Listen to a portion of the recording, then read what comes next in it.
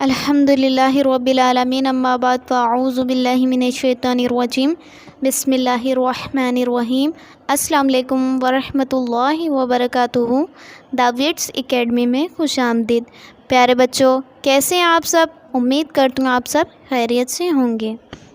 مضمون اسلامیات جماعت ششم، باب ایمان و عبادات، سبق نمبر 12 حج کی باتیں، صفحہ نمبر 45 تا 46۔ موضوع ہے پیارے بچوں ہمارا آج کا حج کی باتیں، احرام، خانہ کعبہ، حجر اسود، زمزم، مقام ابراہیم، صفا مروہ۔ آئیے پیارے بچوں ہم اپنے سبق کا آغاز کرتے ہیں۔ حج کی باتیں۔ حج اسلام کا 5واں رکن ہے۔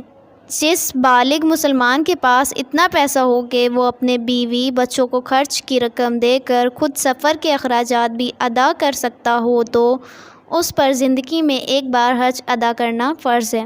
حج کے ارکان 4 مختلف جگہوں پر ادا کیے جاتے ہیں: مکہ المکرمہ، میدان عرفات، مزدلفہ، منی۔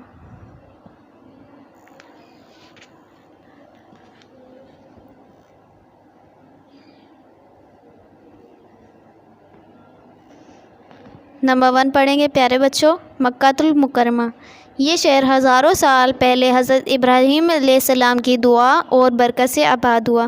ایک بار حضرت ابراہیم علیہ السلام اللہ کے حکم سے اپنی بیوی حضرت ہاجرہ رضی اللہ تعالیٰ عنہ اور اپنے دودھ پیتے بچے حضرت اسماعیل علیہ السلام کو ویران پہاڑوں میں چھوڑ کر چلے گئے۔ جب پانی ختم ہو گیا اور حضرت اسماعیل نے روتے ہوئے اپنی ایڑیاں زمین پر رگڑیں تو وہاں سے پانی کا ایک چشمہ پھوٹ پڑا۔ اس چشمے کا نام زمزم ہے۔ اس چشمے کی برکت سے وہ ویران جگہ آباد ہو گئی اور اس جگہ کا نام مکہ پڑ گیا۔ مکہ المکرمہ میں اللہ تعالیٰ نے بہت برکت رکھی ہے اور یہی وہ مبارک شہر ہے جہاں اللہ کی بہت ساری نشانیاں ہیں۔ احرام۔ حج کے دوران عورتیں اپنا عام لباس ہی پہنتی ہیں جبکہ مرد کو سلے ہوئے کپڑے پہننا منع ہے۔ حاجی کو ایک مخصوص لباس پہننے کا حکم دیا گیا ہے۔ اس لباس کو احرام کہتے ہیں۔ یہ اصل میں 2 چادریں ہوتی ہیں، ایک کو شلوار کی جگہ لپیٹتے ہیں اور دوسری کو کندھوں پر ڈال کر جسم کے اوپر کا حصہ چھپا لیتے ہیں۔ دوران حج سلا ہوا لباس پہننا، خوشبو لگانا، ناخن تراشنا، بال کٹوانا، لڑنا جھگڑنا، شکار کرنا، حتیٰ کہ جوں تک مارنا منع ہے۔ پیارے بچوں، یہاں پر احرام کے بارے میں ہمیں بتایا جا رہا ہے کہ حج کے دوران کن باتوں کا ہمیں منع کیا گیا، ٹھیک ہے۔ وہ باتیں یہ ہیں کہ سب سے پہلے کہ جو عام خواتین ہیں وہ اپنا سلا ہوا لباس ہی پہنیں گے، لیکن جبکہ مرد کیا کریں گے پیارے بچوں، اپنا 2 چادر لیں گے، ایک کو دھوتی کی جگہ یعنی جیسے دھوتی باندھتے ویسے، اور دوسری چادر کو اپنے اوپر کے کندھوں کے اوپر ڈال کر اپنے اوپر کا حصہ چھپا لیں گے، ٹھیک ہے پیارے بچوں۔ اور حج کے دوران یعنی احرام کی حالت میں کیا نہیں کرنا چاہیے، یہ لباس پہننا یعنی شلوار قمیض پہننا جیسے کہ مرد کو، خوشبو لگانا، ناخن تراشنا، بال کٹوانا، لڑنا جھگڑنا، شکار کرنا، حتیٰ کہ جوں تک مارنا، ہے نا۔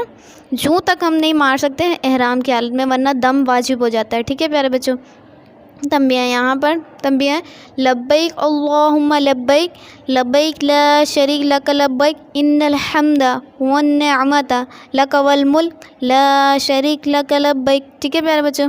اس کا مطلب لبیک میں حاضر ہوں، اللہم لبیک اے اللہ میں حاضر ہوں، لبیک کا لا شریک لک لبیک میں حاضر ہوں، تیرا کوئی شریک نہیں، میں حاضر ہوں، ان الحمد بے شک تمام تعریفیں تیرے لیے ہیں، والنعمت اور تمام نعمتیں تیری ہی طرف سے ہیں، والملک اور تیری ہی بادشاہی ہے، لا شریک لبیک اور تیرے سوا کوئی شریک نہیں۔ خانہ کعبہ یہ اللہ کا گھر ہے۔ اسے حضرت ابراہیم علیہ السلام نے اللہ کے حکم سے اپنے بیٹے حضرت اسماعیل علیہ السلام کے ساتھ بنایا۔ کعبے کے چاروں طرف 7 چکر لگائے جاتے ہیں جسے طواف کہتے ہیں۔ حج میں طواف کرنا ہر حاجی پر فرض ہے۔ پیارے بچوں، جب طواف کرتا ہے حاجی تو اس وقت 7 چکر لگائے جاتے ہیں اور ان 7 چکروں میں جو کلمات ادا کیے جاتے ہیں وہ یہ ہیں: لبیک اللہم لبیک لا شریک لبیک ان الحمد والنعمت لک والملک لا شریک لک لبیک۔ 7 چکر میں ہم یہ دعا پڑھتے ہیں، جو کہ ہر حاجی پر فرض ہے۔ حجر اسود، یہ کالے رنگ کا پتھر ہے جو کعبہ کے ایک کونے میں لگا ہوا ہے۔ یہ پتھر جنت سے آیا ہے۔ نبی کریم صلی اللہ علیہ وآلہ وسلم اس پتھر کو چوما کرتے تھے، اس لیے حاجی طواف کے دوران اس پتھر کو بڑی عقیدت سے چومتے ہیں۔ ہجوم کی وجہ سے جو لوگ اسے چوم نہیں سکتے وہ دور ہی اسے ہاتھوں کے اشارے سے چومتے ہیں، ایسا کرنے کو استلام کہتے ہیں۔ طواف کا ہر چکر حجر اسود کے استلام سے شروع ہو کر اسی پر ختم ہوتا ہے۔ حجر اسود، پیارے بچوں، حجر اسود جنت سے لایا گیا ایک پتھر ہے۔ پیارے بچوں، یہ پتھر حضرت آدم علیہ السلام جب دنیا میں تشریف لائے تھے تب ان کے ساتھ آیا تھا۔ پیارے بچوں، یہ پتھر سفید رنگ کا تھا، لیکن دنیا جیسے بڑھتی گئی تو اس پتھر کا کلر چینج ہوتے ہوتے کالا پڑ گیا۔ ٹھیک ہے پیارے بچوں، اب بات یہاں تھی کہ پیارے نبی صلی اللہ علیہ وآلہ وسلم اس پتھر کو چوما کرتے تھے، یعنی اس پتھر کو بوسہ دیا کرتے، اس لیے حاجی بھی طواف کے دوران اس پتھر کو چومتے ہیں۔ اور پیارے بچوں، جو چوم نہیں سکتے وہ دور ہی سے اشارہ کر کے چوم لیتے ہیں، ایسا کرنے کو پیارے بچوں استلام کہتے ہیں۔ زمزم، یہ وہ مبارک چشمہ ہے جو صرف حضرت اسماعیل علیہ السلام کی ایڑیاں رگڑنے سے جاری ہوا تھا۔ یہ خانہ کعبہ کے بالکل سامنے ہے۔ حاجی زمزم کا پانی پیتے ہیں اور واپسی میں تبرکاً گھر بھی لے جاتے ہیں۔ زمزم کھڑے ہو کر پینا سنت ہے اور اسے پیتے وقت جو دعا کی جائے وہ قبول ہوتی ہے۔ زمزم، پیارے بچوں، یہ زمزم وہ چشمہ جو حضرت اسماعیل علیہ السلام کی ایڑیاں رگڑنے سے ہوا۔ جب حضرت ابراہیم علیہ السلام اپنی بیوی ہاجرہ کو ویران جگہ پر چھوڑ کر آ گئے تھے تو پیارے بچوں، حضرت اسماعیل علیہ السلام کو پیاس کی اتنی شدت لگی کہ وہ زاروں قطار رونے لگے، اور رونے کی وجہ سے وہ اپنی ایڑیاں زمین پر رگڑنے لگے۔ جب وہ اپنی ایڑیاں زمین پر رگڑنے لگے تو پیارے بچوں، اللہ تعالیٰ نے وہاں سے ایک چشمہ جاری کر دیا جس کا نام زمزم ہے، جو کہ آج تک ہم تبرکن استعمال کرتے ہیں پیارے بچوں، جو کہ خانہ کعبہ میں آج بھی موجود ہے، جو کہ ہم شفاعت، جس کا پانی ہم بڑی شفاعت کا حائل سمجھتے ہیں۔ ٹھیک ہے پیارے بچوں، مقام ابراہیم، یہ ایک پتھر ہے جس پر حضرت ابراہیم علیہ السلام کے قدموں کے نشان موجود ہیں۔ اس پتھر پر کھڑے ہو کر حضرت ابراہیم علیہ السلام نے کعبے کی تعمیر کی تھی۔ اللہ کے حکم سے یہ پتھر لفٹ کی طرح اوپر نیچے ہو جاتا تھا۔ خانہ کعبہ کا طواف کرنے کے بعد حاجی مقام ابراہیم کے قریب آ کر 2 رکعت نفل ادا کرتے ہیں۔ مقام ابراہیم میں پیارے بچوں، یہاں پر ہم نے پڑھا ہے کہ حضرت ابراہیم علیہ السلام کے قدموں کے نشان موجود ہیں، یعنی جب اللہ تعالیٰ نے حضرت ابراہیم علیہ السلام کو یعنی اپنا گھر بنانے کا حکم دیا تھا، تو حضرت ابراہیم علیہ السلام نے جب خانہ کعبہ کی تعمیر کا کام شروع کیا تو اللہ تعالیٰ نے یہ پتھر حضرت ابراہیم علیہ السلام کو دیا، جس کے حکم سے وہ اللہ تعالیٰ کے گھر کو بنا رہے تھے۔ اور یہ پتھر پیارے بچوں لفٹ کی طرح، یعنی اوپر نیچے تعمیر کرنے میں خانہ کعبہ کی حضرت ابراہیم علیہ السلام کی مدد کر رہا تھا۔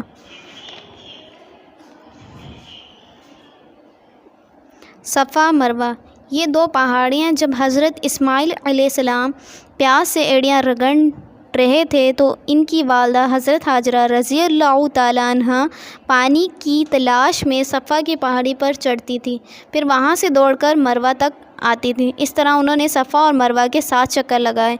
اللہ کو ان کی یہ ادا اتنی پسند آئی کہ ہر حاجی کے لیے لازم کر دیا کہ وہ اس طرح دونوں پہاڑیوں کے درمیان چکر لگائیں۔ حاجی صفا اور مروہ کے 7 چکر لگاتے ہیں، اسے سعی کہتے ہیں۔ پیارے بچوں، یہاں پر میں آپ صلی اللہ علیہ وآلہ وسلم کا قول بھی آپ کو سنا دیتی ہوں۔ آپ صلی اللہ علیہ وآلہ وسلم نے فرمایا، جس نے حج کیا اور اس میں سے کسی سے فحش کلامی کی نہ ہی کوئی گناہ کا کام کیا تو وہ اپنے پچھلے گناہوں سے ایسے پاک ہو جائے گا جیسے ابھی ماں کے پیٹ سے پیدا ہوا ہے۔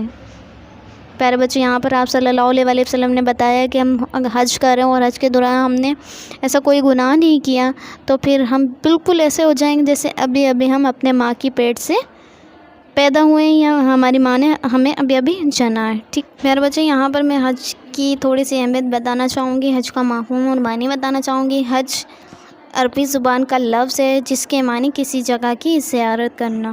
ٹھیک ہے میرے بچوں، شریعت کی اصطلاح میں حج سے مراد مسلمانوں کا ذوالحج کے خاص دنوں میں خانہ کعبہ جا کر مخصوص عبادات اور مناسک ادا کرنا. پیارے بچوں، حج ایک جامع عبادت ہے جو بہت سی عبادات کا مجموعہ ہے. حج جیسے کہ آپ جان چکے ہیں پیارے بچوں اسلام کا 5واں رکن ہے. اسلام میں حج کی بہت زیادہ اہمیت بیان کی گئی ہے. قرآن مجید میں اللہ تعالیٰ کا ارشاد ہے وَلِلَّهِ عَلَى النَّاسِ حِجُّ الْبَيْتِ مَنِ اسْتَطَاعَ إِلَيْهِ سَبِيلًا. سورہ العمران آیت نمبر 97. ترجمہ پیارے بچوں، اور لوگوں پر اللہ تعالیٰ کا یہ حق ہے کہ جو اس گھر یعنی خانہ کعبہ تک پہنچنے کی استطاعت رکھتا ہو وہ اس کا حج کرے.